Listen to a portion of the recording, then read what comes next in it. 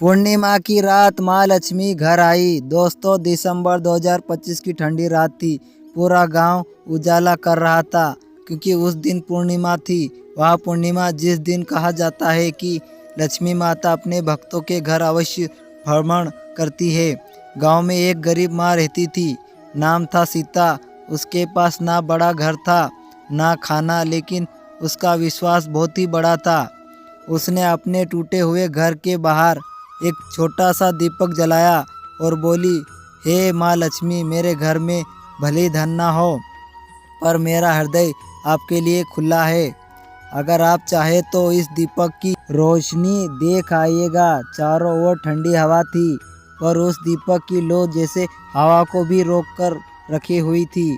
उसे पता भी नहीं था कि इस पूर्णिमा की रात उसका भाग्य बदलने वाला है।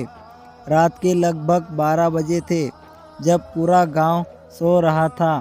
सीता माँ का दीपक अचानक तेज चमकने लगा। सीता ने दरवाज़ा खोला तो सामने रोशनी की एक लौ फैली हुई थी। धीरे धीरे उस रोशनी से एक दिव्य स्वरूप प्रकट हुआ। हाथ में कमल, मस्तक पर चमक। लक्ष्मी माता स्वयं खड़ी थी। माता बोली, सीता, इस गांव में बहुत घर है, लेकिन आज इस दीपक की लौ ने मुझे रोक लिया। तुम्हारे घर में भले ही धन नहीं है, पर तुम्हारे मन की रोशनी सबसे उजली है। सीता के आंसू रोक नहीं रहे थे। वह बोली, माता, मैंने आपके लिए कुछ नहीं किया, फिर आप मेरे घर क्यों आई? माता मुस्कराकर बोली, जहाँ श्रद्धा होती है वहाँ मैं बिना बुलाए भी पहुँच जाती हूँ। उस रात माता ने सीता के घर चारों ओर हाथ घुमाकर आशीर्वाद दिया और बोली, अब तेरी किस्मत बदलने वाली है। अगली सुबह जब सीता उठी तो उसने देखा कि जो मिट्टी का छोटा सा घर था वह चमक रहा था, माना जैसे नया बना हो। रसोई में वह अनाज पड़ा था जो उसने कई महीनों से नहीं देखा था।